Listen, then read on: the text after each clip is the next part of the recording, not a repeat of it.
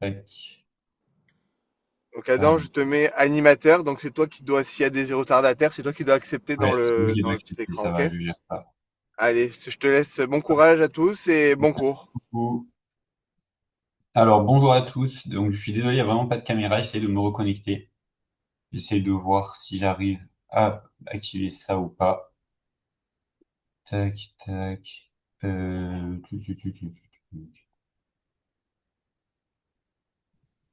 Hop, là. Voilà, peut-être que ça va revenir. Je sais pas. Est-ce que tout le monde m'entend? C'est bon? Il n'y a pas de souci. Est-ce que vous m'entendez ou pas, s'il vous plaît? Allô, il y a quelqu'un qui m'entend? Oui, ok, parfait. Merci beaucoup. Alors, donc, je vais essayer vraiment de voir si la caméra peut s'activer parce que j'imagine que ça va être vraiment relou pour vous.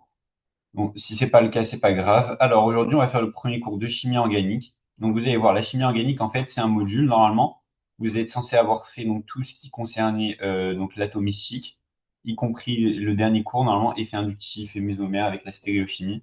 Normalement, ça, ce cours-là, je sais pas si vous avez eu le temps de bien le bosser ou pas. Mais enfin, ça va vraiment être un cours important parce que, en fait, c'est ça qui va vous permettre de pas mal comprendre tout ce qui va être la chimie organique. En fait, la chimie organique, pour rentrer un peu plus dans les détails, ça s'organise, c'est un module, en fait, qui s'organise en quatre parties. Donc, en fait, vous allez avoir, là, le premier cours qu'on va commencer aujourd'hui, c'est ce cours-ci. Donc, ça va être les alcanes, les alcènes et les alcynes. Ensuite, vous allez avoir le cours, donc, d'alcool et d'amine. Ensuite, vous allez avoir un cours donc aldéhyde cétone et enfin un dernier cours d'acide carboxylique. Donc en fait, à chaque fois, la chimie organique, c'est pas très compliqué, ça consiste en plein de réactions. Et en fait, le prof, eh ben, il va vous dire, bah,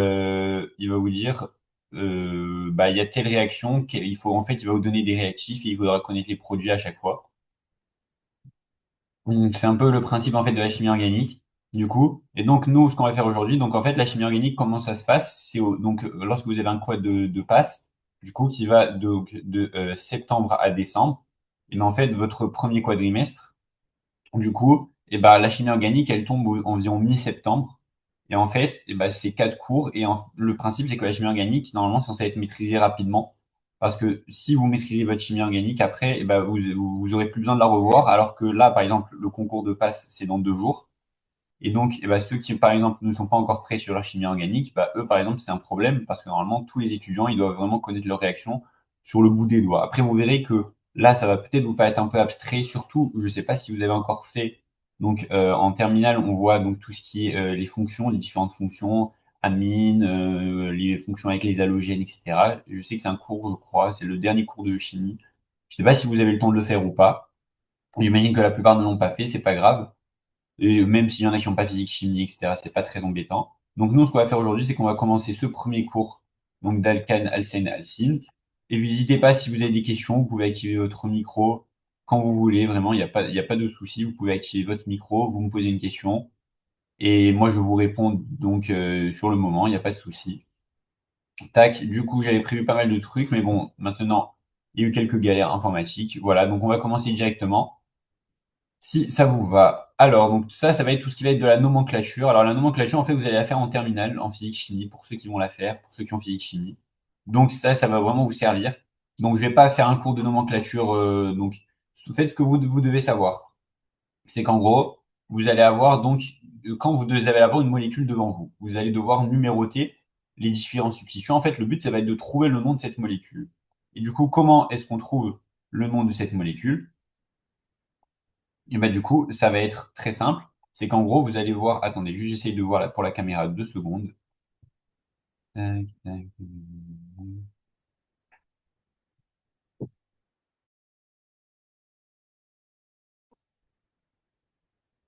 Alors, tac.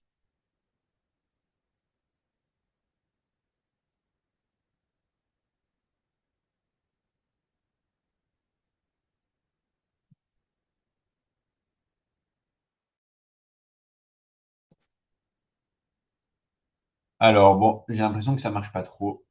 Donc, c'est pas grave, on va continuer sans. Attendez, je vous repartage l'écran. Tac. Du coup, donc nous, on va y aller directement pour le début de ce cours. Donc, Alors, donc vous devez tout d'abord, donc on vous dit la nomenclature, les règles à toujours appliquer. Donc il faut déterminer la chaîne carbonée linéaire la plus longue, donc qui comporte la fonction principale et le maximum d'insaturation. Alors, en fait, c'est quoi le principe? C'est que vous allez avoir une molécule. Par exemple, je vais vous en prendre une au hasard dans le cours. Si vous prenez par exemple cette molécule-là, eh ben, en gros, vous allez devoir regarder la chaîne carbonée la plus longue. Ici, vous voyez, c'est ceci. Donc, vous avez à peu près 8 carbones. Donc, tout d'abord, vous repérez la chaîne carbonée la plus longue et celle avec des insaturations. Qu'est-ce que c'est une insaturation? Parce que vous avez vu tout ce qui concernait les alcanes, mais vous pouvez également avoir donc des alcènes et des alcynes. C'est quoi? En fait, c'est que vous allez avoir des doubles liaisons. Au lieu d'avoir une simple liaison, comme vous connaissez une liaison normale, eh ben, vous allez avoir une double liaison. Ici, vous avez déjà vu dans le cours d'orbital tout ce qui concernait les doubles liaisons, donc j'ai pas besoin d'y revenir. Ensuite, donc qu'est-ce qui se passe? Vous allez ensuite placer vos suffixes. C'est quoi vos différents suffixes? C'est que vous allez avoir donc par exemple n pour les doubles liaisons, pourquoi? Parce qu'on parle des alcènes, et in pour les triples liaisons, parce qu'on parle des alcynes. Ensuite, vous allez avoir donc tout ce qui va être les préfixes, les fonctions non principales, qu'on va ranger dans l'ordre alphabétique et séparer par des traits. C'est quoi le principe? C'est qu'en fait, vous allez avoir donc une fonction que l'on a appelée principale. Juste après, on verra l'ordre. C'est qu'en gros, vous allez avoir donc l'ordre des fonctions qui sont prioritaires. C'est-à-dire que, imaginons, donc rapidement, hein, vu que vous n'avez pas tout vu encore, donc les différentes fonctions qu'il faudra connaître. Il va y avoir donc les alcanes. Donc ça, c'est juste des CH2, CH3, CH3, CH2, CH2, etc. C'est juste donc des carbones et des hydrogènes. Ensuite, vous allez avoir donc tout ce qui va concerner les alcools. Donc les alcools, donc ça va être les fonctions OH. Ensuite, vous allez avoir donc tout ce qui va être fonctions carboxyles. Du coup, ça va concerner les aldéhydes et les cétones. Donc ça va être des C double liaison O. Donc pour une cétone, la C double liaison O il sera placé au milieu de la molécule. Et pour un aldéhyde, le C double liaison O il sera placé en fin de molécule. Ensuite, vous allez avoir donc tout ce qui va être acide carboxylique. Ça va être donc un C double liaison O avec donc ce carbone, il va être à la fois double liaison avec un oxygène et à la fois une liaison simple avec un groupement OH. Si vous voulez, c'est un peu un mix des aldéhydes et des alcools, l'acide carboxylique. Ensuite, donc vous allez avoir tout ce qui va être la fonction amine, par exemple. Donc ça va être NH2. Lorsque vous allez avoir un groupement NH2 qui va être situé un peu n'importe où au niveau de votre molécule. Vous allez avoir également donc, les groupements nitryl, c'est pas très important. C'est un C triple liaison N, mais pour le moment, on s'en fout. C'est vraiment une fonction qu'on retrouve pas souvent dans le cours et qui est pas très importante. Les dérivés halogénés, c'est lorsque vous allez avoir des chlores, des bromes, etc. C'est lorsque je vais placer un atome qui va être relié à ma chaîne carbonée. Hein. Je vous rappelle qu'une chaîne carbonée, c'est toujours des carbones et des hydrogènes. Ça, par exemple, ici, c'est une chaîne carbonée, ce que vous voyez ici. Et donc ensuite, une fois que vous avez ça, du coup, vous allez définir vos suffixes. Et donc pour la nomenclature, c'est vraiment le but, on va pas s'attarder là-dessus parce qu'en fait, on va le revoir dans les différents exercices. C'est vraiment pas ce qui est important pour le moment. Donc, il faudra numéroter la chaîne carbonique principale, donc en comptant de droite à gauche ou de gauche à droite, avec l'indice le plus faible pour la fonction principale. En fait, c'est quoi le principe? C'est qu'en gros, moi, mon but, c'est que, imaginons que j'ai une cétone, par exemple. Le carbone numéro 3, eh ben, il porte une cétone. Le carbone numéro 3 en partant de la gauche, ce carbone-ci porte une fonction cétone. Ben, du coup, je vais numéroter donc de 1 à 8 mes carbones de ma chaîne principale. Et je vais partir de la gauche, du coup, pour que ma fonction cétone, elle soit ici. Ma fonction cétone avec ce carbone, elle soit en numéro 3. Parce que si je pars de la droite, ben, vous vous rendez compte qu'en comptant les carbones, 1, 2, 3, 4, 5, 6, bah, du coup, mon carbone qui porte la fonction saison, il sera 6 et le but, c'est qu'il soit le plus petit possible. Ça, pour le coup, je vais assez vite parce que c'est vraiment pas important, la nomenclature, on s'en fout un petit peu. Enfin, vous verrez que il faut la connaître quand même, mais c'est vraiment pas le cœur du cours. Donc, là, surtout qu'en plus, vous allez la revoir en terminale, vous allez faire plein d'exercices de nomenclature. Donc, vraiment, je m'inquiète pas pour ça. Et ensuite, il faudra donc placer les différentes substitutions, etc. Donc là, on va pas faire de cours de nomenclature, c'est vraiment pas le but de ce cours. Vous allez ici avoir donc l'ordre des fonctions que vous devriez apprendre donc durant votre première année de médecine, mais ça vraiment c'est pas le but du cours. Et nous, on va directement commencer ici avec les alcanes. Hop, je vérifie juste si je dois accepter des gens, mais normalement ça devrait être bon. Hop, tac, tac. Hop, on est bon, super.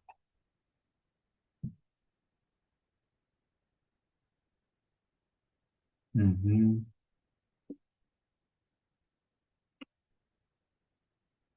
Bon, c'est pas grave. Allez, on repart. Du coup, donc, hop là. Donc ici, vous avez vos alcanes. Donc les alcanes, on a dit, ce sont des chaînes carbonées où il n'y a que des fonctions simples. Par exemple, ici, on vous met un alcane. Donc petit exercice de nomenclature sans regarder sur la droite. Ici, vous voyez quoi? Que j'ai une fonction principale, une chaîne principale qui a 8 carbones. J'ai ici une ramification à 2 carbones. Du coup, qu'est-ce qui se passe? Bah, j'ai une ramification à 2 carbones, donc on va parler du coup d'éthyle. Pourquoi? Parce que vous devez connaître vos suffixes, hein. Vous verrez, vous allez voir tout ça en terminale. Vous allez avoir met, et, prop, but, pinte, etc., etc. Tout ça, vous allez le voir en terminale, hein. Ne vous inquiétez pas pour ceux qui l'ont pas fait. Et du coup, bah, en fait, c'est le principe de la nomenclature. Et donc, ici, vous allez avoir donc un éthyle. Donc, ici, on regarde. Je numérote depuis la gauche. Pourquoi? Parce que si je numérote depuis la droite, eh ben, le carbone qui porte la fonction éthyle, du coup, eh ben, il sera numéro 5, alors qu'en numérotant depuis la gauche, il est numéro 4. Du coup, je vais avoir ici le 4 éthyle, et du coup, octane, parce que ma chaîne, elle comporte 8 carbones, et que je suis sur une chaîne carbonée simple, donc on parle ici d'alcane. D'où le nom 4-éthyloctane que vous voyez ici.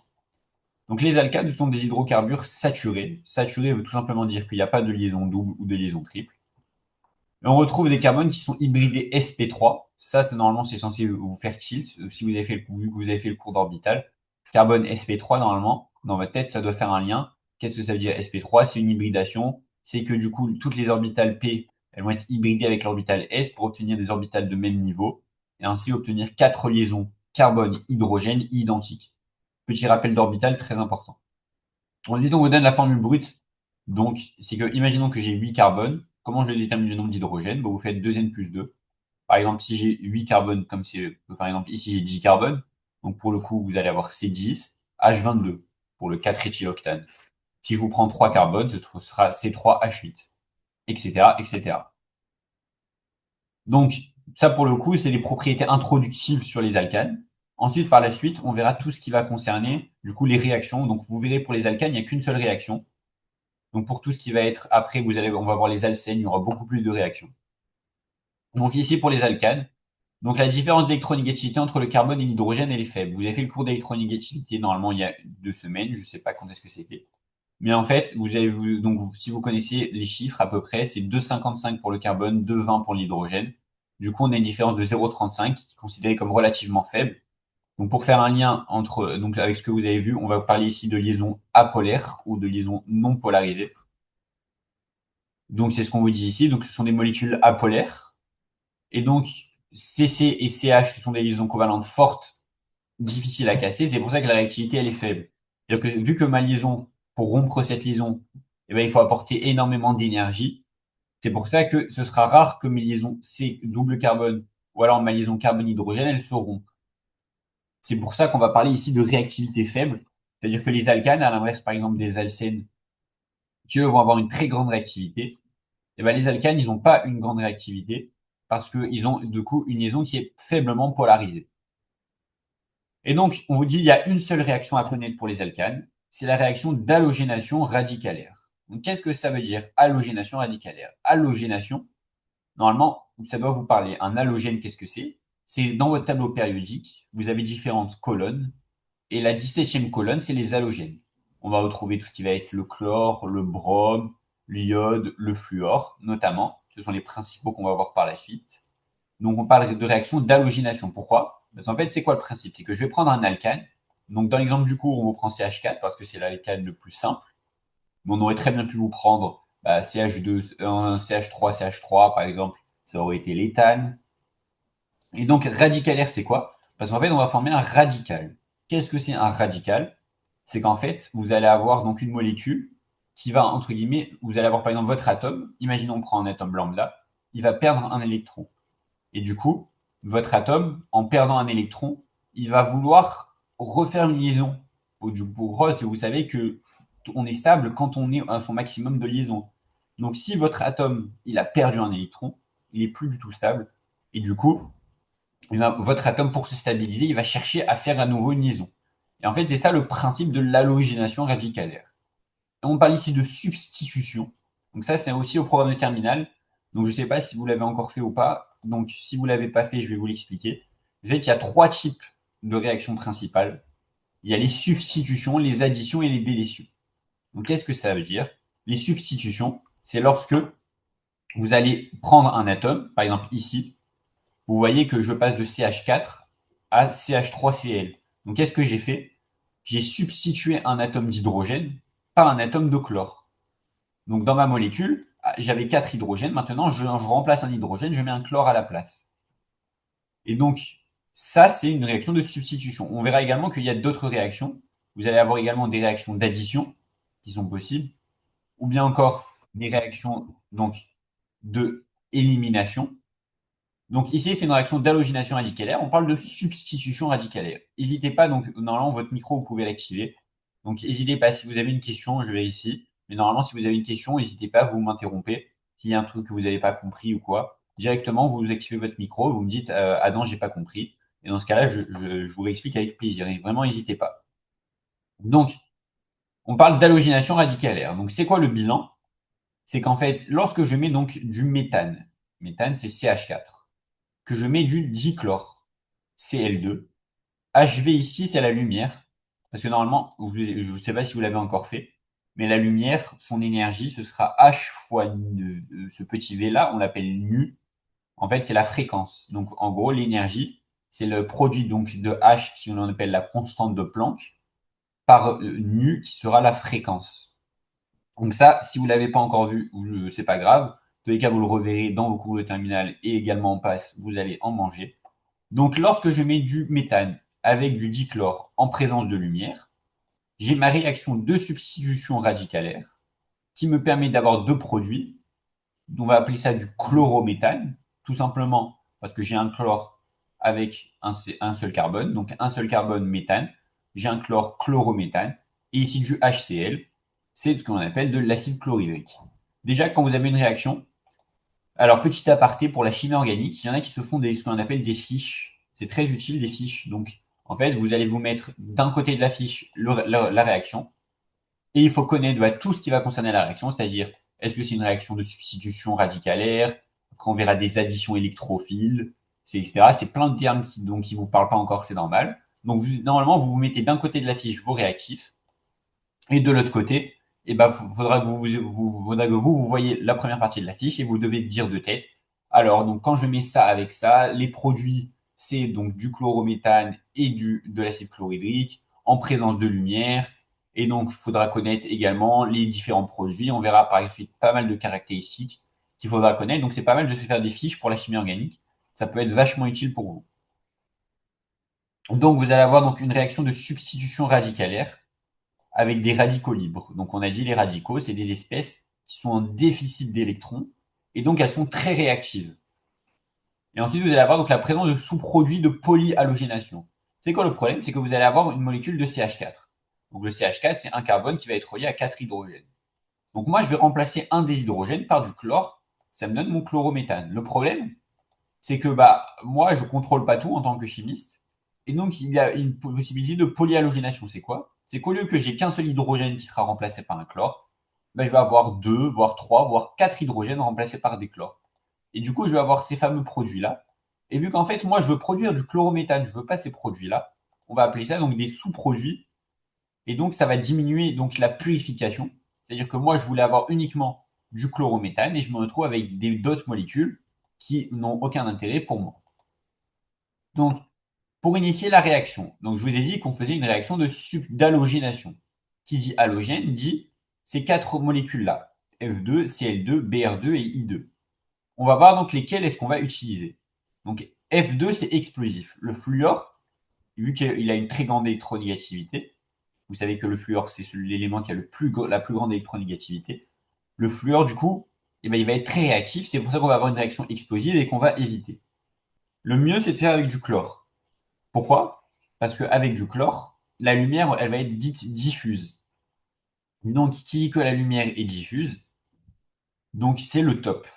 Ensuite, vous allez avoir le Br2, c'est également possible, mais il faudra une grande lumière. Et le diode, c'est qu'on va devoir chauffer et éclairer. Bon, ça, pour le coup, c'est des caractéristiques à un peu connaître. Je ne peux pas vous expliquer grand-chose à propos de ça. Ensuite, le mécanisme. Le mécanisme va être très important. Le mécanisme, vous allez le voir ça également en terminale. Vous allez voir plein de notions qui sont hyper utiles en chimie durant votre terminale. c'est qu'en fait, vous allez avoir trois phases donc pour votre mécanisme. La première phase, c'est ce que l'on appelle l'initiation. Donc vous voyez ici, j'ai ma molécule de chlore. Donc mon dichlore, on a dit que c'était l'un des deux réactifs. Le dichlore, qu'est-ce qui va se passer? C'est quoi le but de la lumière? C'est qu'en fait, la lumière, elle va séparer ici la liaison entre les deux chlores, elle va être rompue par la lumière.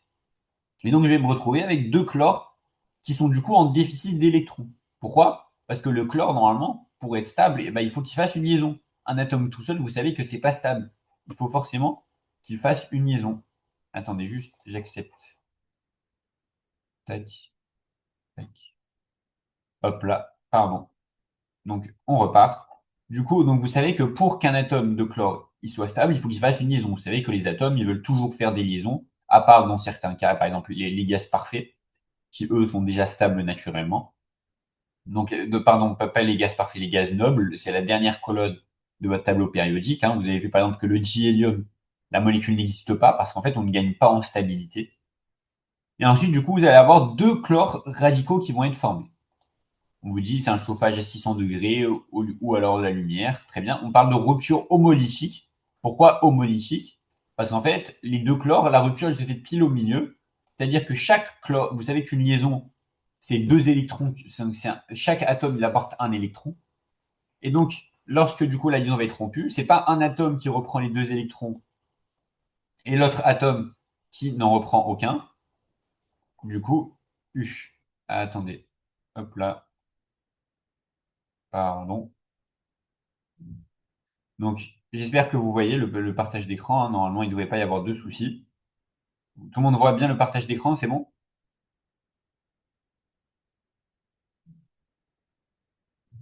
Est-ce que là, vous voyez mon écran, s'il vous plaît? Quelqu'un peut activer son micro et me dire Oui, oui, si... c'est bon.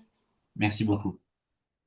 Donc, déjà qu'on n'a pas de caméra, au moins qu'on ait l'écran, ça pourrait servir à quelque chose. Donc, on a dit, donc, on fait une rupture que l'on appelle homolytique. Ça veut dire quoi? C'est que je romps pile ma liaison entre deux, c'est-à-dire que chaque chlore qui avait mis un électron dans la liaison, il repart avec son électron. C'est pour ça qu'on forme deux radicaux. À l'inverse d'une rupture hétérolytique, du coup, où là, dans ce cas-là, chaque chlore, bah, du coup, c'est que, par exemple, imaginons que j'avais un chlore et un autre atome. Bah, par exemple, si le chlore, il reprend les deux électrons, il va, entre guillemets, voler un électron à l'autre atome. Alors, dans ce cas-là, eh ben, vous allez avoir ce que l'on appelle la formation donc, d'ions. Par exemple, imaginons que là, j'ai un Cl, et là, par exemple, je sais pas, moi, j'ai un hydrogène. Dans ce cas-là, eh ben, si je romps la liaison, le Cl, il va prendre les deux électrons, et le H, il va être en déficit d'un électron. Donc, qu'est-ce qui va se passer? Vous allez former un ion que l'on appelle l'ion chlorure, Cl-, avec un ion H+. Et donc, c'est pour ça qu'ici, on parlerait de rupture hétérolytique. Petite parenthèse, on continue. Très bien. Juste, Oui. petite question. Quand il y a une rupture hétérolytique, est-ce qu'il y a forcément un ion à la fin? Alors, en fait, ça va dépendre de la différence d'électronégativité. C'est-à-dire que si j'ai une rupture hétérolytique, mais avec deux atomes qui sont très proches en électronégativité, et ben dans ce cas-là, chacun va repartir avec son électron. Et dans ce cas-là, on n'a pas de souci. Mais là où, en fait, eh ben, je vais avoir des problèmes, c'est si, par exemple, j'ai une rupture de la liaison avec deux molécules avec deux atomes qui ont une grande différence d'électronégativité. Par exemple, prends le fluor avec l'hydrogène, si tu veux. Dans ce cas-là, eh ben, le fluor, vu qu'il a une très grande électronégativité, l'électronégativité, c'est la capacité à attirer les électrons. Donc, le fluor, il va attirer les électrons. Donc, il va prendre l'électron de la liaison donc que l'hydrogène il avait investi dans la liaison, il va prendre cet électron-là. Du coup, l'hydrogène il sera déficitaire, ça forme un ion H+, et le fluor, il aura gagné un électron, du coup, il sera F-. Ok? Ça te va? Parfait, merci. Donc, très bien, on continue. Donc, c'était la phase d'initiation. Donc, pour la phase d'initiation, je prends le réactif du dichlore et je sépare en deux. Ensuite, je vais avoir la phase de propagation. C'est quoi le principe? C'est que maintenant, j'ai mon radical Cl point qui a été formé dans la phase d'initiation. Et donc, ce radical, je vous ai déjà dit que les radicaux, ils étaient très réactifs. Donc, le radical Cl point, il va vouloir faire forcément une liaison. Et donc, pour cela, eh ben, il va aller, entre guillemets, attaquer une molécule de CH4. Et donc, en fait, il va aller prendre, entre guillemets, voler un hydrogène à l'atome de chlore. Du coup, lui, il veut forcément se stabiliser. Donc, qu'est-ce qu'il va faire? Il va aller, entre guillemets, voler un hydrogène. Et du coup, qu'est-ce qui va se passer? le Cl, donc le Cl point, hein, c'est le radical, il s'est stabilisé en se liant avec un hydrogène, donc je forme donc HCl. Et maintenant, j'ai un autre problème, parce que maintenant, j'ai mon CH3 point, donc je vais former un radical CH3. Du coup, pourquoi? Parce que il me manque un hydrogène. Du coup, donc le CH3, il n'est pas stable. Parce que normalement, c'est le CH4, la molécule. Donc le CH3, il lui manque un hydrogène, il est instable. Et donc, qu'est-ce qui va se passer? Bah, le CH3 aussi va vouloir se stabiliser. Et du coup, bah, il va voler un atome de chlore à son tour. Donc, il va prendre une autre molécule de dichlore. Je vous rappelle que moi, quand je fais un mélange, j'ai des millions et des millions de molécules, à la fois de CH4 et de Cl2. Donc là, par exemple, le CH3, il va aller voir une deuxième molécule de Cl qui ne s'est toujours pas rompue. Il va aller voler un chlore.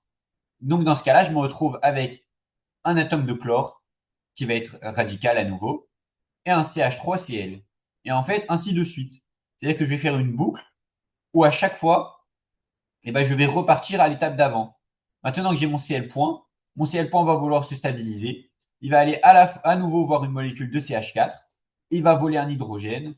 Et ensuite, je vais avoir ça. Et je vais repasser encore une fois avec ce CH3 qui va vouloir se stabiliser. Et ainsi de suite, qui va voler un Cl. Et du coup, au final, c'est ça les phases de propagation. C'est qu'en fait, chaque radical, il va aller chez son voisin et il va aller voler un atome pour se stabiliser. Et du coup, ça me permet de former du HCl et donc du CH3Cl qu'on appelle le chlorométhane. Ça vous va? S'il n'y a pas de questions, je continue. Donc ça, c'est ce qu'on appelle la phase de propagation. Ce que vous imaginez bien qu'avec mon système à moi, et du coup, à chaque fois, vous voyez qu'à chaque réaction, je produis un radical. Donc comment est-ce que je m'en sors à la fin? Ce qu'on appelle la phase de terminaison. À un moment, il va me rester deux radicaux. Enfin, pas deux, ou alors un nombre pair de radicaux, si vous préférez, pas forcément deux. Donc, il va me rester un nombre de radicaux. Qu'est-ce qui va se passer? Ça va dépendre donc du mon nombre de radicaux qui reste. Soit le Cl point, il va s'associer avec un CH3 point. Dans ce cas-là, je forme un chlorométhane.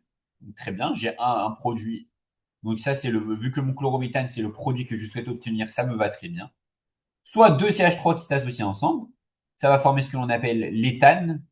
Donc, puisqu'il y a deux atomes de carbone, on appelle ça l'éthane. Ou alors, j'ai deux chlores qui vont s'associer. Et ça va me former à nouveau du ClCl, donc du dichlore. Et donc, ce sont les trois produits possibles lors de la phase de terminaison.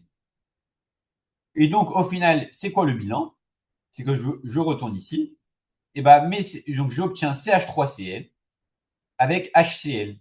Alors, oui, je vais avoir la possibilité d'avoir des produits impurs. Par exemple, je vous ai parlé tout à l'heure de CH2Cl, de ces trois produits-là. Mais en une immense majorité, je vais former ces deux molécules-là qui m'intéressent grâce à cette fameuse réaction de substitution radicalaire. Ensuite, du coup, je vais continuer. Donc, je vais avoir donc la nature donc des hydrogènes. Tu veux me changer? Du coup, donc maintenant, qu'est-ce qui va se passer? On va vous montrer maintenant une molécule un peu plus complexe. C'est ici cette molécule-là. Donc ici, on doit faire un petit rappel de nomenclature pour ceux qui l'ont vu. Parce que, en fait, le problème de la nomenclature, c'est qu'il me faudrait un cours entier pour faire de la nomenclature. Et vu que c'est pas au programme, enfin, ça prendrait énormément de temps pour rien, alors que vous allez le faire en terminale. Donc, si vous n'avez pas vu la nomenclature, et ceux qui n'ont pas physique en terminale, vous inquiétez pas, c'est pas compliqué. Donc, la nomenclature, ici, rapidement, je vais avoir une chaîne donc de 4 carbones, par exemple. Ici, je prends une chaîne de 4 carbones. Et je vais avoir ici un seul, si vous voulez, méthyle. Donc, cette molécule-là, elle va s'appeler le 2-méthylbutane. Pourquoi? Parce que moi, mon objectif, c'est que ce méthyle-là, il soit avec le plus petit chiffre possible. Donc, je vais partir de la droite pour numéroter ma molécule. Donc, je pars de ce carbone-là, carbone numéro 1, avec lui qui sera carbone numéro 2, carbone numéro 3 et carbone numéro 4. Et vu que j'ai une seule ramification, du coup, je parle de 2-méthylbutane. Donc, si je prends cette molécule-là et que j'ajoute donc du Cl2, vous imaginez bien que là, c'est plus compliqué. Pourquoi? Parce que vu que j'ai 4 atomes de carbone, en fait, on prend, enfin, voire même 5, hein. C'est juste qu'en fait, si vous voulez, ce CH3-là et ce CH3-là, peu importe, en fait, vu que vous voyez qu'ils sont identiques, que mon chlore se fixe ici ou alors qui se fixe ici, j'obtiendrai à la fin le même produit, qui est celui-ci. C'est pour ça qu'en fait, il n'y a que 4 possibilités, même s'il y a 5 atomes de carbone. Petit aparté, c'est pas très important. Donc, que vous devez retenir, c'est en fait, nous, on veut savoir, quel atome de carbone va en majorité, fixer le chlore. Le chlore, est-ce qu'il va se fixer plutôt à ce carbone-là, à ce carbone-là, à ce carbone-ci, ou alors à un des deux carbones, celui-ci ou celui-ci. Et donc, pour cela, vous voyez ici que vous avez votre chlore. Et du coup, en fait, en fonction, vous allez avoir donc 4 produits possibles. Et comment est-ce que je sais quel produit va être formé? En fait, je vais donc raisonner sur les radicaux formés. Je vous rappelle que donc, toujours dans la phase de substitution radicalaire, toujours dans cette réaction-là où j'ajoute du dichlore, je forme des radicaux. Donc, au-dessus, on avait vu ici que je formais le CH3 point. Donc, dans ce cas-là, c'est pas très compliqué. Il n'y a qu'un seul radical possible. Et là, du coup, j'ai 4 radicaux possibles. Vous prenez votre molécule. Et donc, vous imaginez qu'il y a un seul hydrogène qui se barre. Donc là, je vais avoir soit celui-ci, soit celui-ci. Vous avez vu que j'ai 4 radicaux possibles. Et c'est quoi le principe? C'est qu'en fait, on va raisonner sur ce que l'on appelle les effets inductifs et mésomères. Comment ça se passe? En gros, ici, vous voyez quoi? Que ici, vous savez que les groupements méthyl, ils ont un effet inductif donneur. Normalement, c'est censé vous parler. Donc, qu'est-ce qui se passe ici? Si je prends ici, j'ai un seul effet inductif donneur. Pourquoi? Parce que j'ai que ce groupement-là. Il va vouloir donner des électrons au groupement qui est à sa gauche. Et du coup, c'est pour ça que je parle de radical primaire. Parce que ce carbone-là, il est lié qu'avec un seul autre carbone. Là, je vais avoir un radical secondaire. Attendez, 2 secondes. Tac, tac, tac, tac, hop là, hop. Donc, je reprends. Donc, j'ai un radical ici secondaire. Pourquoi? Parce que vous voyez que mon atome de carbone, il est lié avec le carbone de gauche et avec un carbone à droite. Donc, on parle de radical secondaire. Et ici, je vais avoir le radical tertiaire. Pourquoi? Parce que le carbone ici du centre, il est lié à 3 carbones. Et donc, qu'est-ce qui se passe? Les radicaux, je vous ai déjà dit que c'était des espèces très réactives et qui ont une durée de vie très courte. Donc, en fait, la stabilité, ça va être cet ordre-là, très important à retenir. 3, 2, 1. C'est-à-dire que majoritairement, je vais former ce produit-là. C'est-à-dire que le chlore, il va se fixer majoritairement à ce radical-là. Pourquoi? C'est dû au fait aux effets inductifs. Parce qu'en fait, je vous rappelle que les effets inductifs donneurs. Donc en fait, ici, ce groupement-là, il a un effet inductif donneur pour le carbone en rouge. Ce groupement-là également. Et ce groupement-là aussi. Donc en fait, si vous voulez, le carbone, on va dire qu'il est stabilisé par 3 effets inductifs. Et donc, vu qu'en fait, le carbone, et vu qu'en fait, je suis dans le cas d'un radical qui est déficitaire en électrons, et mon effet inductif, entre guillemets, si vous voulez, ça compense un petit peu ce manque d'électrons. Et donc, en compensant ce manque d'électrons, ça va entraîner que mon radical ici, il va avoir une durée de vie plus longue. Parce qu'en fait, c'est comme si vous voulez, ce groupement, celui-ci et celui-ci, il donnait un petit peu des électrons au carbone du milieu. Et donc, vu qu'il lui donne des électrons entre gros guillemets, hein, donc c'est pour ça que ce carbone-là, il est un peu moins radical que les autres. Et donc, vu qu'il a une durée de vie plus longue, il y aura plus de chances en termes de probabilité qu'il réagisse avec le dichlore. C'est pour ça que le radical tertiaire, il est formé en majorité. Est-ce que je vous ai perdu ou pas? Est-ce que j'en ai perdu certains?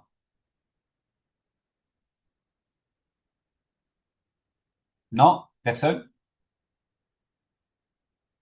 Bon, parfait. Donc, on peut continuer. Donc, ça, on a fini avec les alcanes. Donc, il faudra vous retenir que pour les alcanes, il y a une seule réaction, c'est la substitution radicalaire. C'est quand je vais ajouter donc un dichlore ou alors un dibrome à ma molécule, à mon alcane. Et qu'ensuite, je vais avoir ce que l'on appelle ici, je vais avoir donc une possibilité d'avoir différents produits dans le cadre d'un alcane complexe. Et le produit formé, ce sera le plus stable. C'est-à-dire que si j'ai un radical tertiaire qui est lié à 3 carbones, dans ce cas-là, c'est celui-ci qui va être sélectionné en majorité. Et donc, le produit que j'obtiendrai en majorité, ce sera cette molécule-là. Donc ça, c'est tout ce qu'il faut retenir sur les alcanes. Il y a une seule réaction. à retenir avec les alcanes. Juste, excusez-moi, j'ai pas compris un truc. Oui, mais tu peux me tutoyer, hein, t'inquiète pas, hein, j'ai 18 ans, hein. Ok, ok. Bah, ok.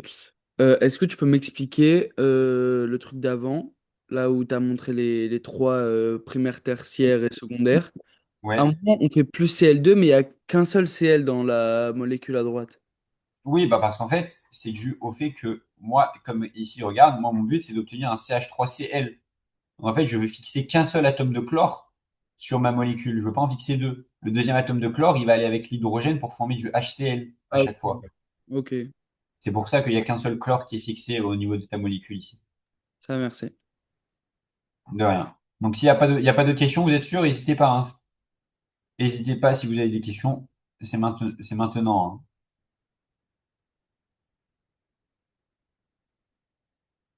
hein. Hop. Personne n'a de questions? Parfait. Du coup, on peut continuer. On peut y aller. On va passer maintenant aux alcènes. Donc, les alcènes, vous allez voir qu'il y a pas mal de réactions sur les alcènes, donc il va falloir faire attention à pas se mélanger. Donc, les alcènes, qu'est-ce que c'est que les alcènes? Vous avez déjà vu ça en orbital, donc on va aller un peu plus vite. On va avoir une double liaison C-double-C.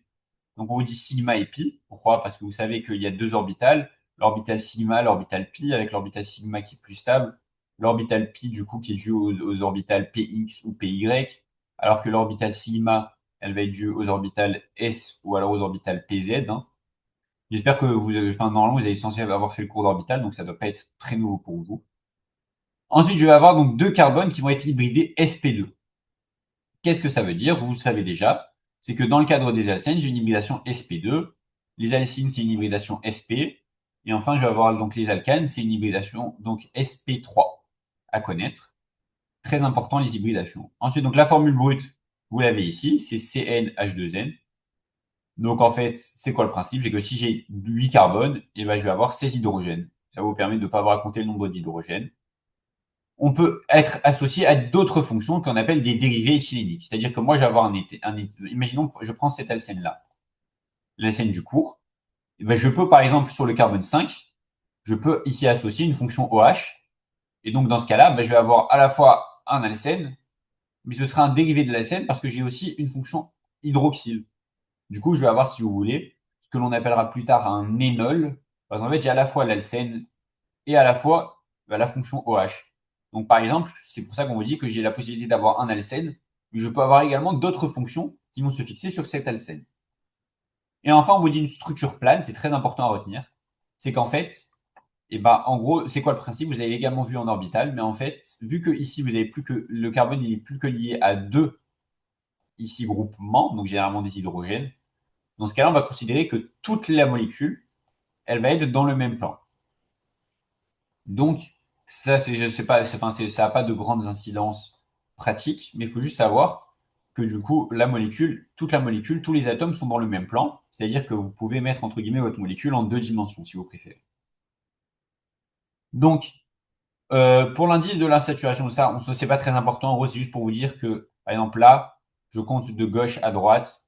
Et dans ce cas-là, bah, vu que ma double liaison elle est entre les carbones 2 et 3, bah, du coup, je mets 2N et pas 3N. C'est tout. C'est pas important du tout. Ensuite, la stéréoisomérie. Ça, c'est important, voire même très important. C'est ce que vous avez vu normalement la semaine dernière en stéréochimie, ou il y a 2 semaines, je sais pas c'était quand votre dernier cours. Mais en fait, vous allez avoir deux possibilités. Donc, lorsque je vais avoir imaginons que j'ai deux substituants différents. Donc, ici, c'est le cas, vous voyez, j'ai soit des CH3.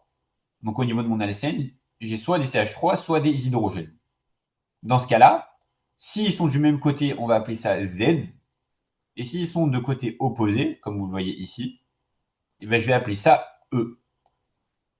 Donc, j'ai soit une possibilité d'avoir Z ou une possibilité d'avoir E. Et donc, pour cela, on vous rappelle donc les règles CIP.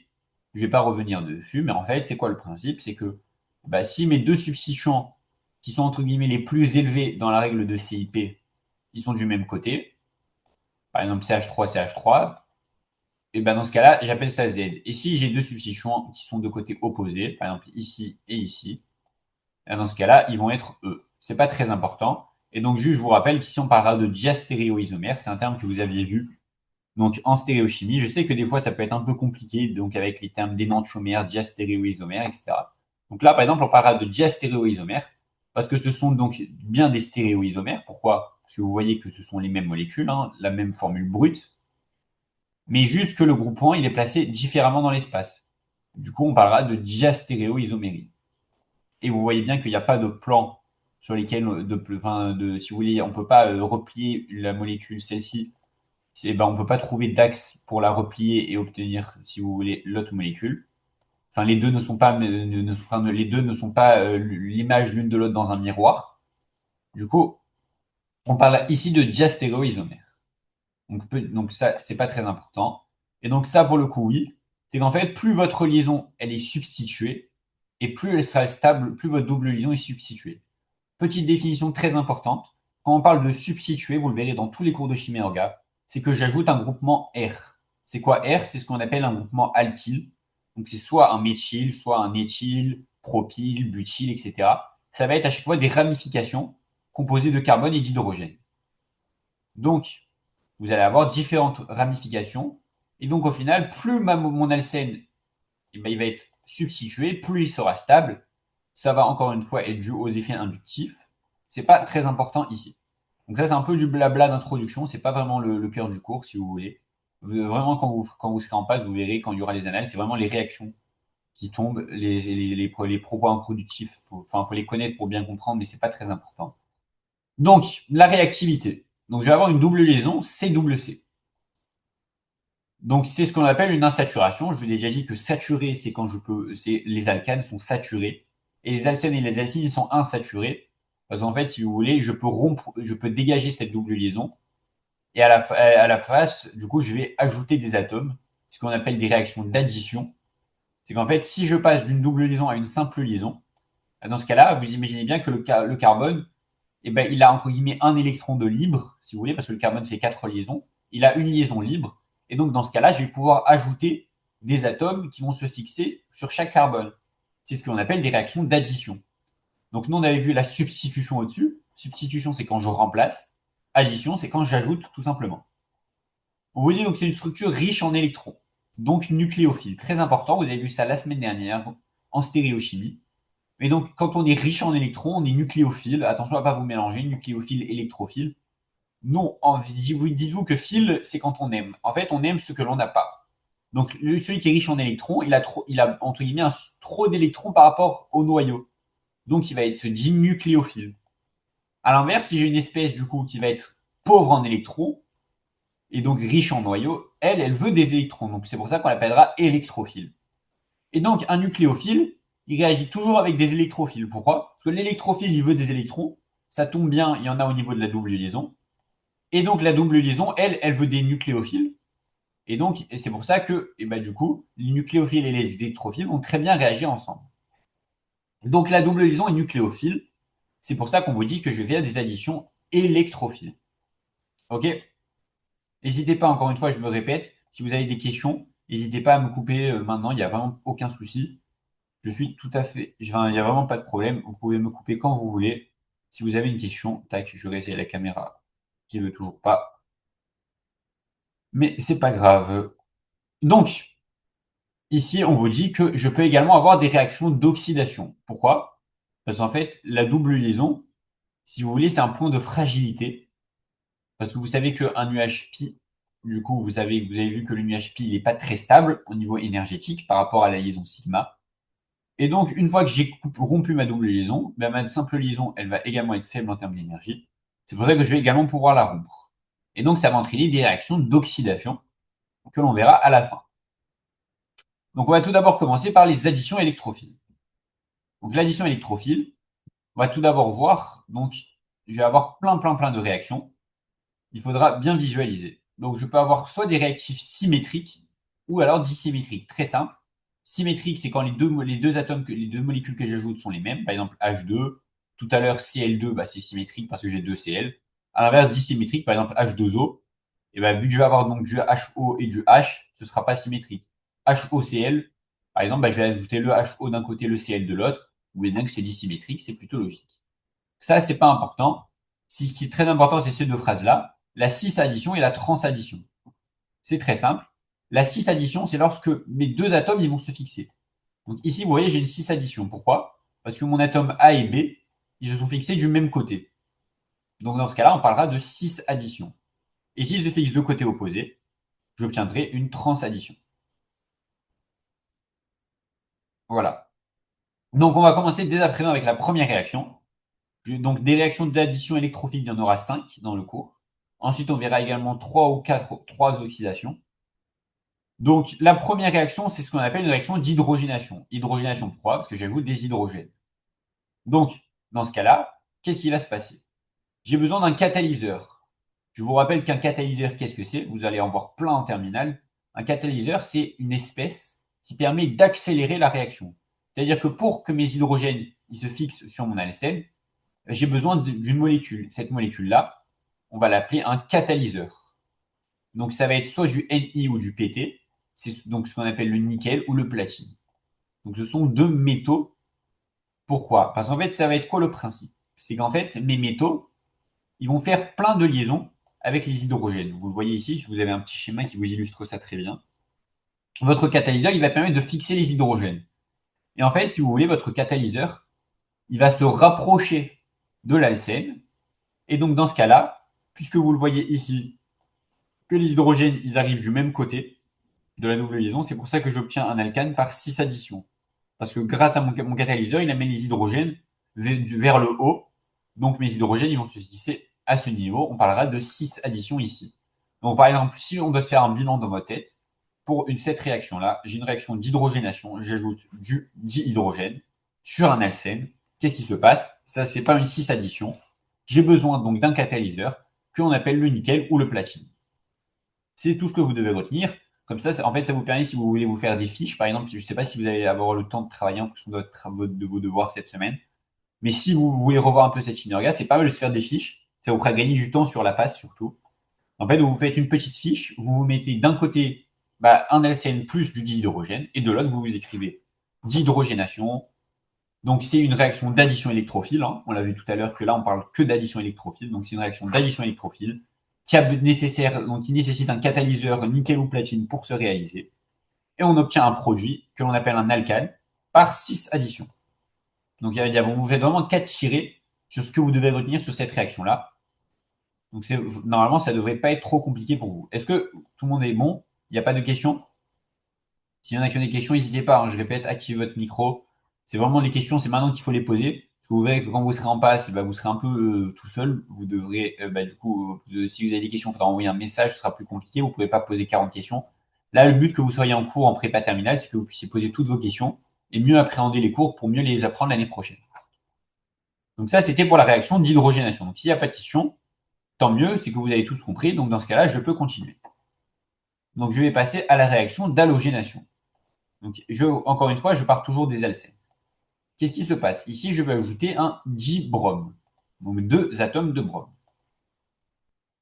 Donc je vais obtenir ce que l'on appelle un dibromoalcane. Vous voyez ici qu'on a fait une transaddition parce que j'ai un brome qui est en haut et un autre brome qui est en bas. Donc ici, on parlera de transaddition.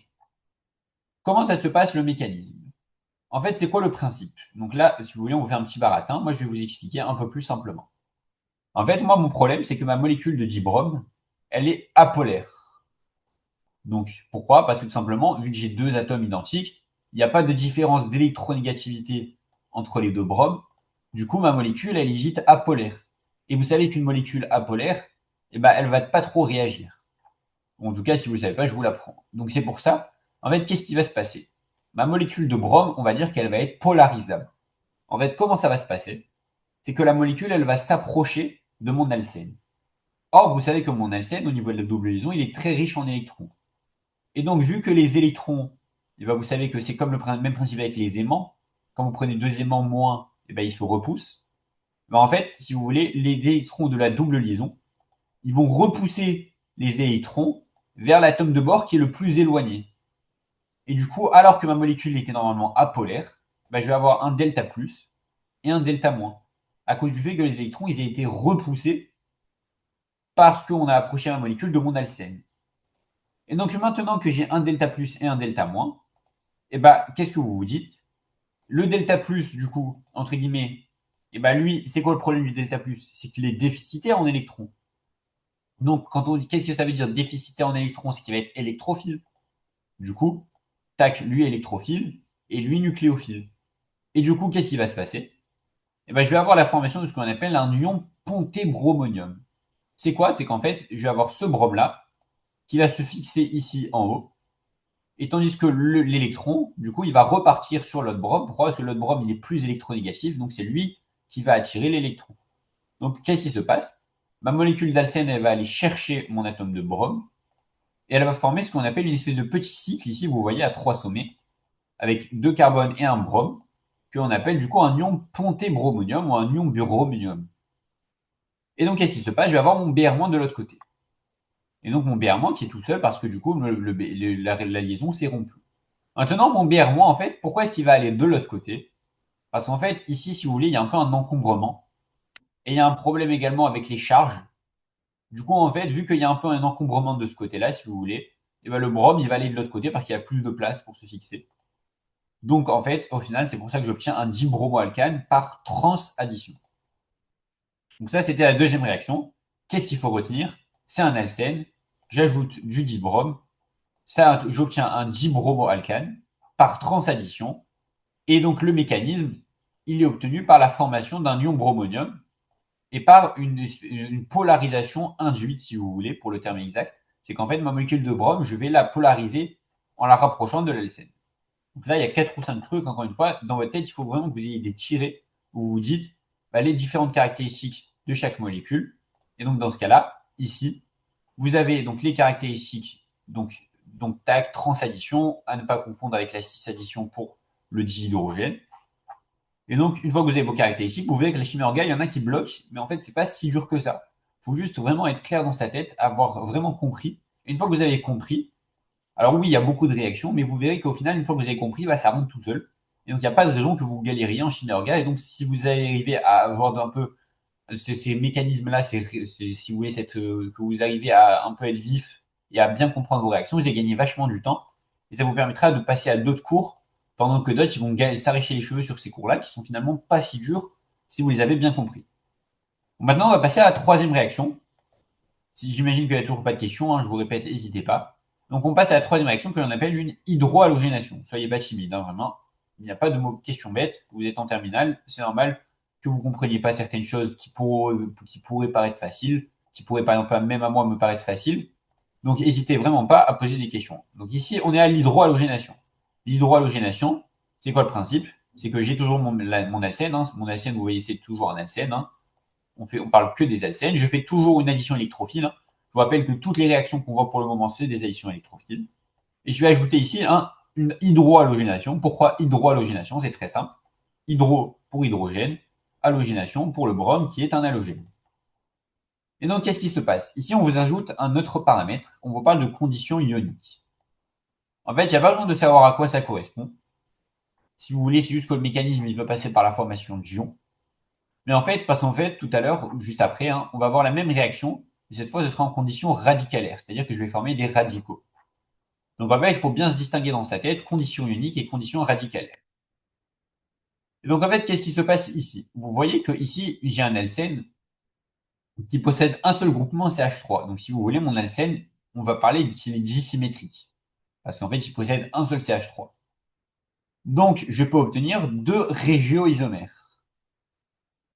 Donc, vous imaginez bien qu'en fait, c'est quoi le principe? C'est que vu que je romps ma double liaison ici, chaque carbone, il peut faire une liaison. Donc, soit l'hydrogène, par exemple, soit il se fixe sur ce carbone, et dans ce cas-là, le brome, il se fixe sur le second carbone, ou alors vice-versa. Le brome se fixe ici, et l'hydrogène, il se fixe sur ce deuxième carbone. En fait, j'ai 2 possibilités, sauf qu'on a ce que l'on appelle la règle de Markov-Nikov. Très important à retenir. La règle de Markov-Nikov, l'hydrogène se fixe sur le carbone le plus hydrogéné. Donc, si vous voyez, la règle de Markov-Nikov, c'est que l'hydrogène, il rejoint les autres hydrogènes. Donc, par exemple, là, l'hydrogène, il va se fixer sur ce carbone-là, parce que c'est le carbone qui est lié avec 2 hydrogènes, tandis que l'autre carbone, il est lié avec un seul hydrogène. Donc, l'hydrogène se fixe sur ce carbone. Et donc, par déduction, le brome, il se fixe sur ce second carbone. Et ça, c'est ce qu'on appelle la règle de Markov-Nikov, c'est très important. Et donc, dans ce cas-là, maintenant, donc, on vous explique un petit peu, en fait, le pourquoi du comment. Si vous voulez, en fait, c'est quoi le principe? Je vais vous le faire rapidement, c'est un peu complexe. En gros, c'est quoi? C'est que ici, vous voyez, j'ai un CH3. Le CH3, il a, je vous rappelle, les groupements méthyl ont des effets inductifs d'honneur. Donc le CH3, il a un effet inductif d'honneur. Donc en fait, si vous voulez, il donne un peu des électrons à ce carbone-là. Donc qu'est-ce qui se passe? Finalement, ce carbone-là, il est un peu plus électronégatif que celui-ci. Et donc en fait, si vous voulez, cet effet inductif, il va orienter un effet mésomère. C'est ce que vous aviez vu donc vous aviez les dernières phrases du cours, là, où on vous disait les phrases à apprendre par cœur, l'effet inductif oriente un effet mésomère, et un effet mésomère peut être à l'origine d'un effet inductif. Bah là, vous en avez une illustration. C'est que l'effet inductif ici, donc du groupement CH3 sur ce carbone, du coup, il entraîne qu'en fait, ce carbone-là, vu qu'il y a un effet inductif, il va être moins, si vous voulez, plus négatif. Et du coup, bah, vu qu'il est plus négatif, et bah, les électrons, ils vont un peu, pour équilibrer, ils vont être transférés à l'autre carbone par un effet mésomère, puisque l'effet mésomère concerne les liaisons pi. Et donc, c'est pour ça que du coup, vu que maintenant vous avez donc ce carbone-là qui va être nucléophile parce qu'il est plus riche en électrons, tandis que ce carbone-là, vu qu'il est pauvre en électrons, il va être électrophile. Donc lui, le brome, qui est riche en électrons, du coup, le brome nucléophile, il va se fixer sur ce carbone-là qui est dit électrophile.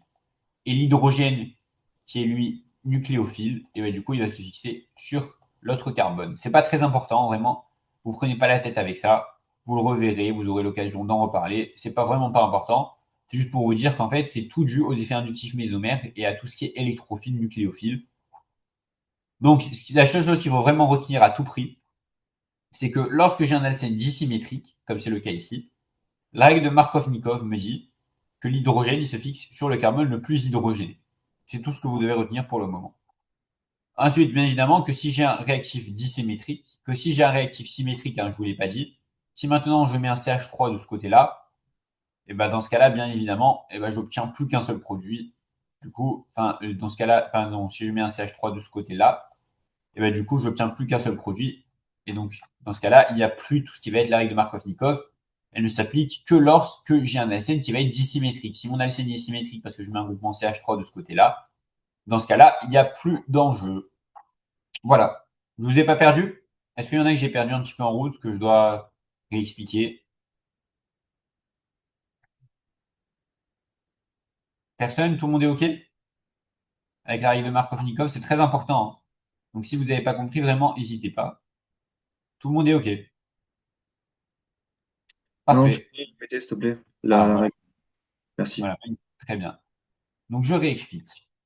Donc ici, tu vois bien qu'il y a un alcène ici qui est, on va dire, dissymétrique. Pourquoi? Parce que là, il y a un CH3 qui n'est nulle part donc sur l'autre carbone, donc cet alcène, il est dit dissymétrique. Oui? Tu me coupes, hein, si à un moment je te perds, OK? Donc, ici, tu as un alcène dissymétrique. Moi, sur cet alcène-là, je vais le faire réagir avec du HBr. Donc, c'est une hydrohalogénation. Et donc, là, tu vas avoir une règle de Markov-Nikov qui va s'appliquer dans ce cas-là. C'est que l'hydrogène, il va se fixer sur le carbone le plus hydrogéné. Ici, tu vois que ce carbone numéro 2, il est lié avec deux hydrogènes, alors que le carbone de gauche, celui-ci, il est lié avec un CH3 et avec un hydrogène. Donc, la règle de Markov-Nikov, elle va t'indiquer que l'hydrogène, il va se fixer sur ce carbone-là, et du coup que le brome, il va se fixer sur ce carbone ici. Pourquoi? Parce que je vous rappelle que la double liaison disparaît à chaque fois. C'est pour ça que du coup, chaque carbone peut faire une liaison supplémentaire. C'est bon pour toi? Oui. Ok, parfait. Maintenant, on va passer à la même réaction. Cette fois, on va être en conditions radicalaires. Donc, c'est quoi les conditions radicalaires? C'est qu'en fait, j'ai toujours pareil, le même alcène, le même réactif ici. Je vais avoir un produit qui va être différent. Pourquoi? Parce qu'en fait, ici, j'ai mis de la lumière et des peroxydes. Qu'est-ce que c'est que les peroxydes? C'est ça. C'est lorsque je vais avoir, donc R, c'est les chaînes carbonées, hein. R, c'est plein de carbone et d'hydrogène. Et je vais avoir, si vous voulez, comme si j'avais un alcane, et au milieu, je fous deux oxygènes comme ça reliés. Ça, on appelle ça un peroxyde. Et donc, en fait, qu'est-ce qui se passe? Ma lumière, elle va rompre au niveau de ma liaison ici entre les deux oxygènes. Et du coup, ça va créer des radicaux. Il n'y a pas besoin de connaître le mécanisme ici. Il faudrait juste retenir que je vais former un radical parce que la lumière va rompre la liaison entre les deux peroxydes. Et donc, qu'est-ce qui se passe? Ici, on va parler d'effet Karash. Très important, il y avait la règle de Markov-Nikov en conditions ioniques. Et en conditions radicalaires, on va parler d'effet Karash. Donc l'effet Karash, on peut également l'appeler effet peroxyde ou effet radicalaire, c'est tout toujours pareil. En fait, vous prenez la règle de Markovnikov et vous inversez. La règle de Markovnikov, elle vous disait quoi? L'hydrogène se fixe sur le carbone le plus hydrogéné. Et là, l'hydrogène, il va se fixer du coup sur le carbone le plus substitué, ou alors le moins hydrogéné. Parce que je vous rappelle que le plus hydrogéné, c'est le moins substitué. Parce que substitué égale CH3 égale groupement méthyl, éthyle, etc. Donc dans ce cas-là, effet Karash, l'hydrogène se fixe sur le carbone le moins hydrogéné. Donc ici, vous voyez, le carbone le moins hydrogéné des deux, c'est celui-ci, clairement. Donc l'hydrogène se fixe ici. Vous le retrouvez, il est ici. Et le brome, il se fixe de ce côté-là. C'est pour ça que le brome, vous le voyez sur le second carbone. Et donc ça, c'est ce que l'on appelle l'effet Karash. C'est dû à des conditions radicalaires. Et donc, c'est l'inverse de la règle de Markovnikov. Donc, je répète pour la 10e fois.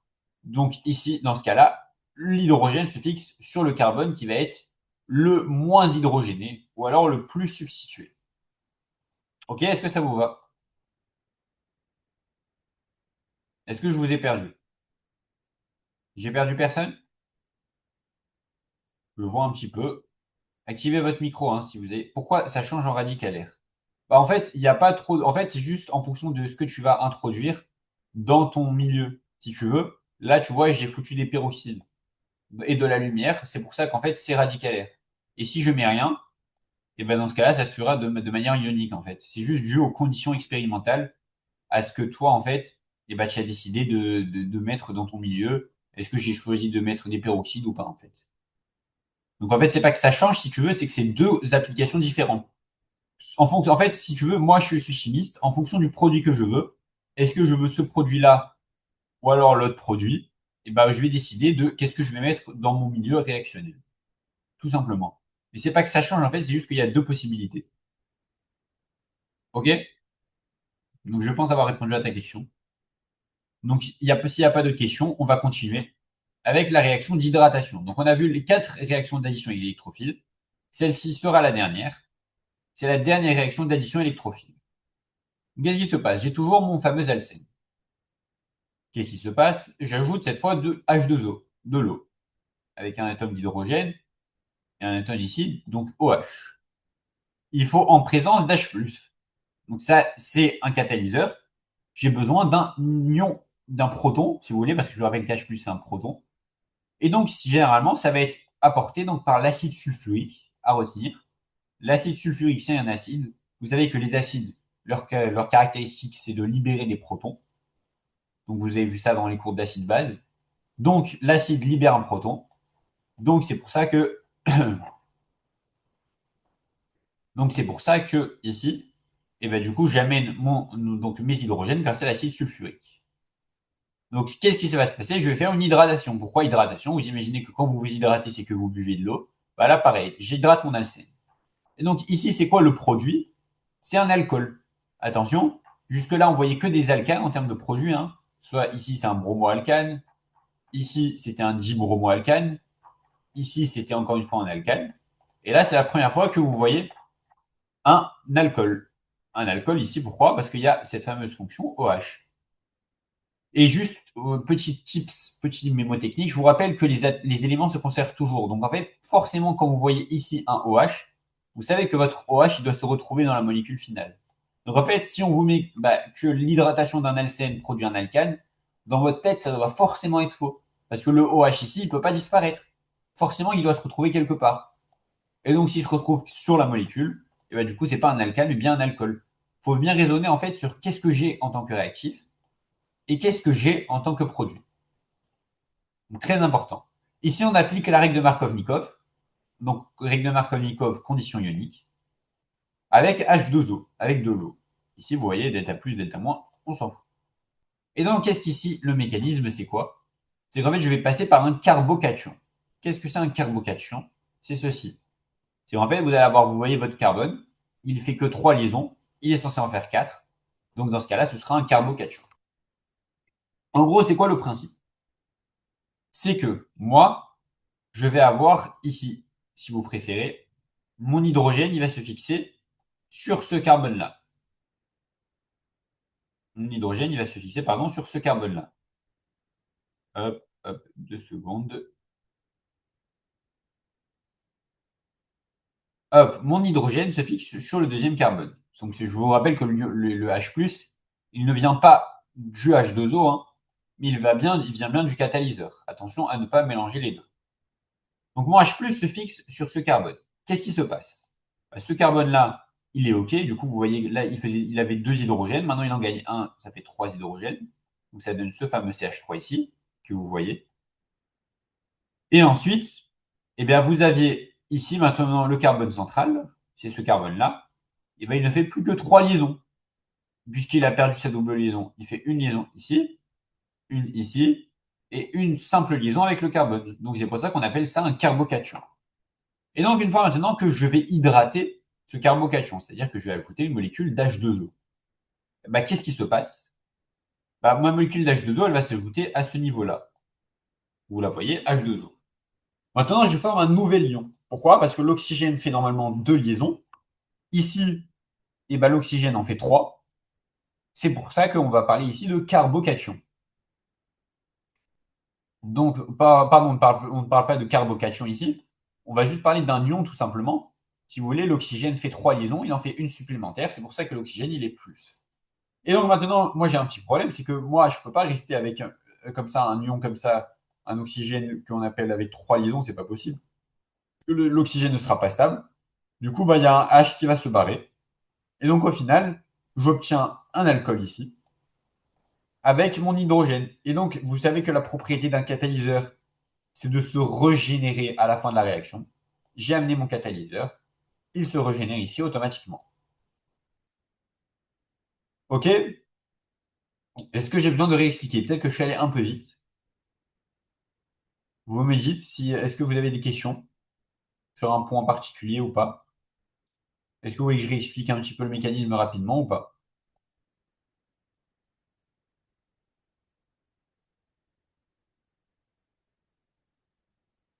Personne? Bon, ok.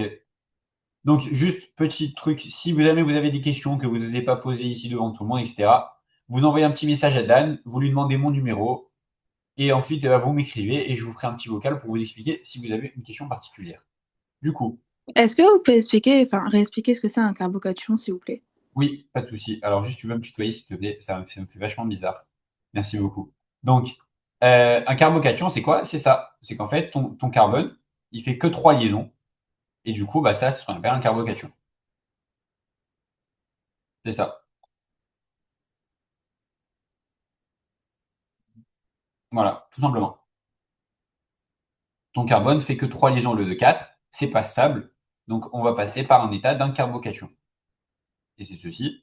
Ensuite, donc, le carbocation, la molécule d'eau, elle s'ajoute. Et puisque la molécule d'eau, elle est encore une fois instable à cause de la charge plus, je libère un hydrogène. Mon oxygène, comme ça, il fait plus que 2 liaisons. Donc mon oxygène qui fait ici 2 liaisons, et ben, du coup, il est content parce que maintenant, il fait plus que 2 liaisons. Donc j'obtiens un alcool avec mon catalyseur H+, qui est régénéré. Donc là, on a fini sur les réactions d'addition électrophile. On en a vu 5. Hein. Réaction d'hydrogénation. Ici, on va faire un petit point rapide. Hydrogénation avec un catalyseur nickel ou platine qui me permettait de faire une 6 addition et de former un alkane tout simple. Ensuite, j'avais la réaction d'halogénation. Je forme un dibromoalkane. Vous voyez que c'est une transaddition. Tac, tac, j'ai 2 Br. Vous voyez ensuite que dans le mécanisme, eh ben, je polarisais ma molécule ici de dibrom. Et donc, que cette polarisation-là, ça me permettait de former un ion ponté bromonium ou un ion bromonium. Et du coup, que le Br-, du coup, il se fixait de l'autre côté. Ensuite, réaction d'hydrohalogénation en condition ionique. Condition ionique dit règle de Markovnikov. Règle de Markovnikov dit l'hydrogène se fixe sur le carbone le plus hydrogéné. Donc dans ce cas-là, c'est celui-ci. Ensuite, vous aviez la même réaction. Donc encore une fois, un alcène avec un HBr. Hein. Et du coup, cette fois, c'est en présence de lumière et de peroxyde. C'est en condition radicalaire. Et donc, dans ce cas-là, c'est pour ça que je vais former ici toujours un bromoalcane. Hein. Vous voyez que c'est le même produit. Ici, bromoalcane et ici, un bromoalcane. La seule différence, c'est que là, le brome, il est fixé du coup à ce carbone-là, alors que de l'autre côté, il était fixé à l'autre carbone. Et enfin, je vais avoir la réaction d'hydratation. Du coup, je vais former un alcool et j'ai besoin d'un catalyseur H+, qui peut être apporté par l'acide sulfurique. Et je suis la règle de Markovnikov, donc je suis en condition ionique. Voilà, donc ça, c'est vraiment les points principaux du cours. Donc ici, on va faire encore 3-4 réactions. Après, on va s'arrêter. On a bientôt fini, vous inquiétez pas. Pour le coup, la chimie organique, je vous avoue que c'est pas la partie la plus intéressante du programme. Enfin, voilà, faut vraiment l'apprendre et voilà, enfin, c'est vraiment pas super intéressant, je vous l'avoue, je compatis. Donc ici, vous verrez qu'il y aura d'autres cours bien plus intéressants, ne vous inquiétez pas. Donc ici, on va passer aux réactions d'oxydation. Donc je vous rappelle, il y a deux types de réactions pour les alcènes à connaître, les additions électrophiles et les oxydations. Donc les additions électrophiles, on en a vu 5. Et ici, on va voir des oxydations. On va en voir une ici, une seconde, une troisième et une quatrième. Il y a 4 réactions d'oxydation. Donc ici, on va avoir une oxydation douce. Donc ce qu'on appelle une dihydroxydation. Pourquoi est-ce que c'est une hydroxydation douce, une oxydation douce? Parce que ici, ma double liaison, elle ne va pas être rompue. Je vais simplement fixer deux OH, un ici et un ici, d'où le nom dihydroxydation, parce que je fixe deux fonctions alcool que l'on appelle hydroxyle. Donc en fait, qu'est-ce qui se passe? Lorsque je mets du KMNO4, KMNO4, ce qu'on appelle le permanganate de potassium. Dilué à froid, attention à bien connaître ici les conditions, parce qu'après, on verra la même réaction, sauf que là, le permanganate de potassium, il sera concentré à chaud.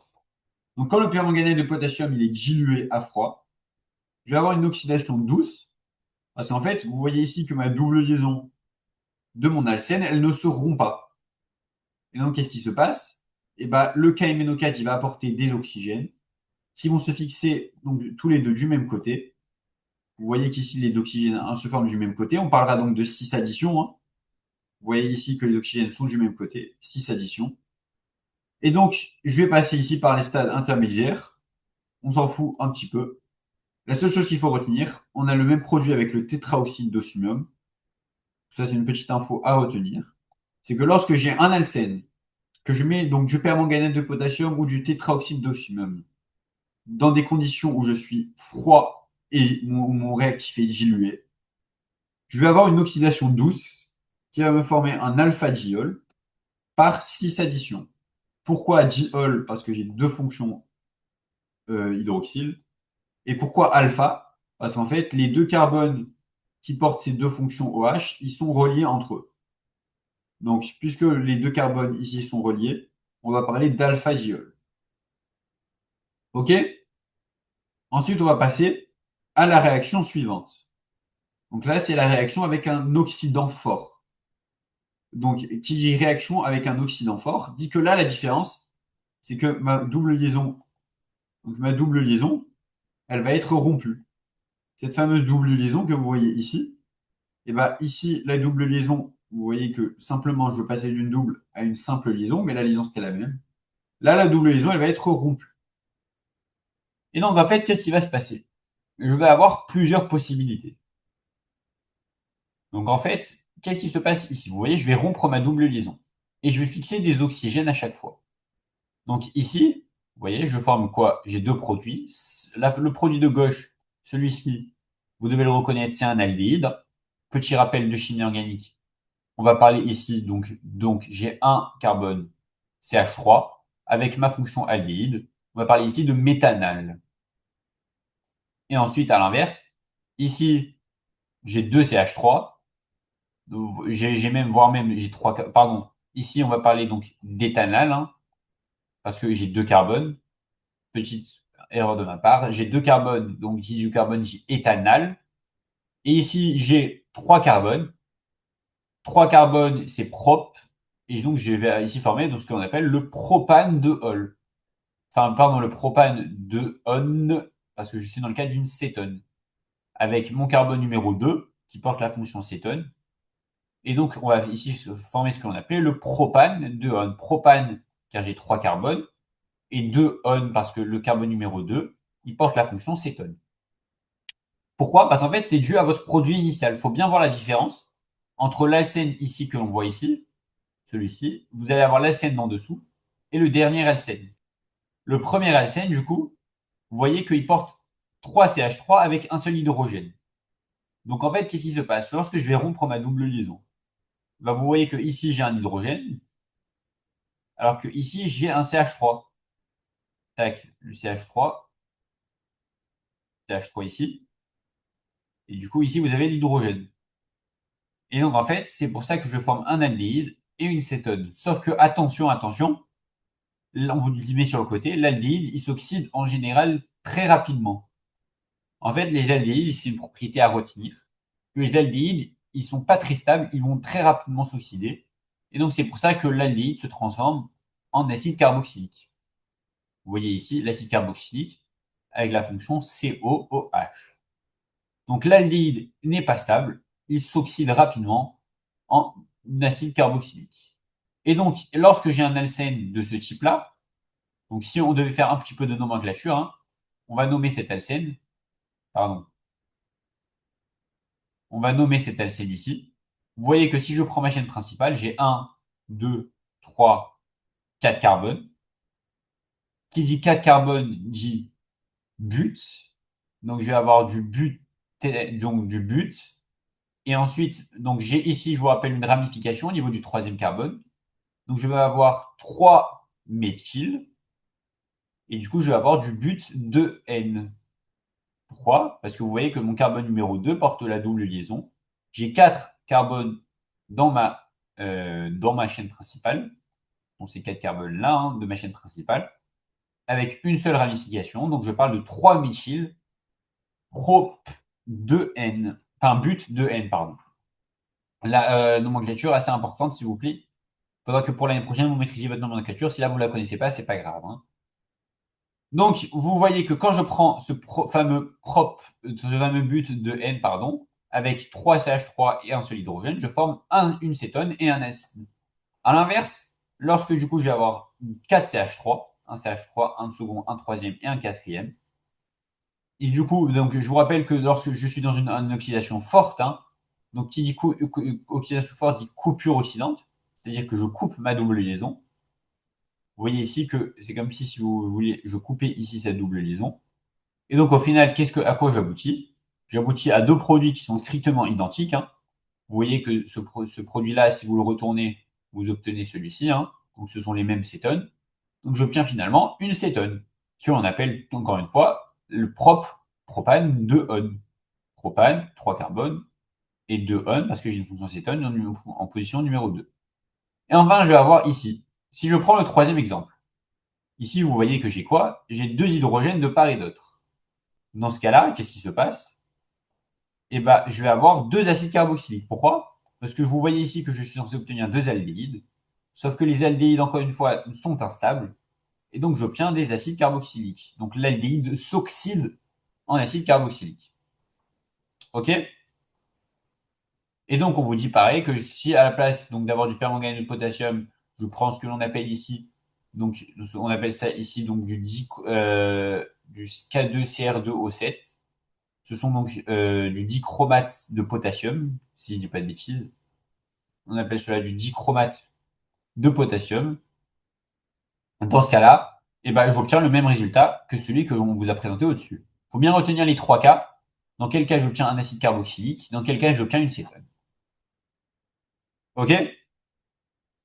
Est-ce que j'ai perdu des gens?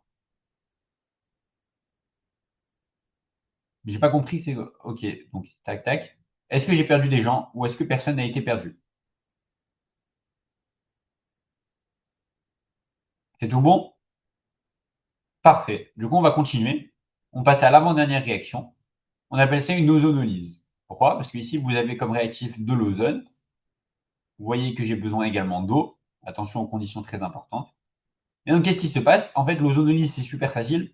Parce qu'en fait, j'obtiens les mêmes produits que ceux que j'aurais obtenus avec une oxydation forte. Donc, dans le cadre d'une ozonolyse, je peux obtenir soit du coup une cétone et un acide carboxylique, ou alors je peux obtenir 2 cétones, ou alors je peux obtenir 2 acides carboxyliques. La seule particularité, c'est que je vais former ceci, que l'on appelle donc du H2O2, H2O2, ça a deux noms, c'est soit de l'eau hydrogénée, enfin de l'eau oxygénée, pardon, soit ce qu'on appelle donc du peroxyde d'hydrogène. Il y a deux noms possibles que vous pouvez parfois retrouver, de l'eau hydrogénée ou alors du peroxyde d'hydrogène. Donc, donc ça, c'est juste le petit produit que je forme en plus de ma cétone ou alors de mon acide carboxylique. Enfin, on va passer à la dernière réaction. En fait, les réactions sont un peu liées dans ces réactions d'oxydation, c'est pour ça que c'est pas super dur. C'est qu'en fait, vous allez passer à la dernière réaction qu'on appelle une ozonolyse réductrice. C'est quoi le principe? C'est que je fais toute mon ozonolyse, sauf qu'à la fin, en fait, j'empêche ce H2O2 de se former. Pourquoi? Parce qu'en fait, je mets du zinc, et si vous voulez, le zinc, c'est un réducteur. Pourquoi? Parce que vous avez le couple d'oxydoréduction, Zn de plus et Zn. Donc au final, votre zinc, il va permettre de faire une réaction d'oxydoréduction avec ce H2O2. Et donc, vu qu'en fait, il empêche le H2O2 de se former, si vous voulez, lorsque ici, je vais former un aldéhyde, et du coup, lorsque à la base, je devais former ici un aldéhyde, l'aldéhyde ne se transforme pas en acide carboxylique. Parce qu'en fait, j'empêche l'oxydation de se poursuivre. C'est pour ça que je peux obtenir soit un aldéhyde et une cétone, ou alors je peux obtenir également deux aldéhydes, deux aldéhydes ici, ou alors je peux obtenir deux cétones. C'est le même principe. La seule différence, c'est que j'aurai jamais d'acide carboxylique dans une ozonolyse réductrice. J'aurai toujours un aldéhyde, ou alors une cétone, ou alors les deux. Et voilà. Donc, est-ce qu'il y a des questions sur ce que je viens d'expliquer? Je vous écoute. Personne n'a de Est-ce que questions? tu... Oui. Excuse-moi, est-ce que tu Pas de pourrais question, toi? répéter... À quelle heure ça finit? Hein? Hein. Pardon. Alors, on a bientôt fini, ne vous inquiétez pas. Oui, J'espère qu'il m'entend. pardon? C'est qui a posé une question, s'il vous plaît? J'ai un peu perdu. Vous vouliez que je réexplique, c'est ça? Oui, c'est moi. Je voulais poser... est-ce que ça vous embête ça t'embête, excuse-moi, de répéter la réaction avec un oxydant fort? Pas de souci. Tac. Donc, et il n'y a pas d'autres, s'il y a d'autres questions, moi je réponds à tout en même temps. Est-ce qu'il y a d'autres questions ou pas? J'ai vu qu'il y avait quelqu'un qui avait activé son micro tout à l'heure. Non? Parfait. Donc, je répète. C'est quoi le principe? C'est que ici, j'ai toujours mon permanganate de potassium, mon KMNO4, qui cette fois va être concentré. Donc, du coup, avec la différence de l'oxydation faible, où il était dilué, là, il est concentré à chaud, alors qu'au-dessus, c'était dilué à froid. Encore une fois, tu remarqueras ici la présence de ton fameux acide sulfurique, c'est juste pour amener des ions H+. Donc, je pars d'un alcène. En fait, qu'est-ce qui se passe? C'est que je vais avoir différentes catégories d'alcènes. Tu vois ici qu'il y a 3 alcènes possibles. Et donc, en fonction de mon type d'alcène, je vais avoir des produits différents. C'est pour ça qu'il faut bien repérer. En fait, le principe de base d'une oxydation forte, c'est que la double liaison entre les deux carbones, elle va être rompue. Cette fameuse double liaison-là, donc cette fameuse double liaison de l'alcène va être rompue à son milieu. Donc, si j'ai un alcène avec un seul hydrogène, là que tu vois en bas à gauche, et sinon j'ai que des CH3, qu'est-ce qui se passe? Lorsque j'ajoute mes oxygènes à chaque carbone, tu vois ici que j'obtiens un aldéhyde. Pourquoi? Parce que tu vois que le C double liaison O, il est en fin de chaîne. Et là, j'obtiens une cétone, parce que ici, mon C double liaison O, il est, entre guillemets, le carbone qui porte la fonction cétone, il est lié à 2 CH3. Donc, on obtient une cétone. Sauf que vu qu'on est dans un milieu d'oxydation forte, l'aldéhyde, il ne reste pas comme il est. Il va se réoxyder en acide carboxylique. Donc, au final, ici, par exemple, j'ai deux produits. Je vais avoir un produit qu'on appelle une cétone et un autre, c'est un acide carboxylique. Et en fait, en fonction de ton réactif d'alcène, qui est ton alcène, ça va être le même principe, sauf que, par exemple, là, tu vois que vu que j'ai 4 CH3, du coup, je vais pas avoir d'aldéhydes qui vont être formés, je vais avoir que des cétones. Ici, j'ai une cétone et une seconde cétone. Et alors, ici, à l'inverse, vu que j'ai deux hydrogènes qui sont liés, du coup, je vais avoir finalement deux aldéhydes qui vont tous les deux s'oxyder pour donner deux acides carboxyliques. Donc en fait, en fonction de ton alcène de départ, il faut que tu comprennes que en gros, vu que la rupture se fait au niveau de la double liaison, en fait, je vais avoir des produits différents en fonction de mon alcène de départ. On te surligne ici en bleu dans le cours pour que tu comprennes bien cela. Est-ce que j'ai répondu à ta question? Est-ce que c'est un peu plus clair ou pas? Oui, oui, merci. De rien. Alors, est-ce qu'il y a d'autres questions, du coup? Donc, est-ce qu'il y a d'autres questions, oui ou non? Parce que si vous avez d'autres questions, peut-être sur l'ozonie réductrice où je suis allé un peu vite, je sais pas. Est-ce que vous voulez que je réexplique quelque chose, oui ou non? Ou alors, bon, vous savez quoi, on va faire plus simple. Est-ce que vous avez des questions générales sur la première année, sur n'importe quoi, sur la chimie organique, sur le fonctionnement de plein de choses? Est-ce que vous avez des questions plus globales, si vous voulez, pas sur ce cours-là? Si vous avez des questions, n'hésitez pas. Tac. Personne n'a de questions, j'ai l'impression. Du coup, donc si personne n'a de questions, on va arrêter le cours juste ici. On a fait 1 heure et demie de cours, hein. On a eu le temps de voir donc toute la partie alcane et alcène. Donc la prochaine fois que vous ferez cours, du coup, il y aura donc vous continuerez avec la suite qui sera la partie sur les alcynes. Vous verrez que les alcynes, si vous maîtrisez bien les alcènes, ça marche vraiment selon le même principe. Donc moi, en attendant, je vais ici couper la réunion. Juste dernier truc, si vous avez des questions que vous n'avez pas osé poser, ou alors que quand vous retravaillez votre cours, vous avez des petites incompréhensions sur certaines réactions ou quoi, n'hésitez pas à demander à Dan. Vous lui écrivez à Dan, vous demandez mon numéro, donc vous demandez mon numéro à Dan et vous me posez une question sur n'importe quoi. Vous inquiétez pas, je suis pas pressé, je peux vous répondre. Donc vraiment, n'hésitez pas à poser une question si vous en avez. Si vous n'avez pas de questions, eh ben, je pense qu'on est bon. Je vais vous libérer ici. Je vous souhaite une bonne semaine, un bon travail et un bon courage pour la suite. Peut-être qu'on se reverra bientôt pour un autre cours, je sais pas, on verra oui ou non. Donc merci beaucoup, merci à vous et je vous souhaite également une bonne journée. Au revoir. Au revoir. Au revoir. Au revoir. Au revoir. Au revoir tout le monde.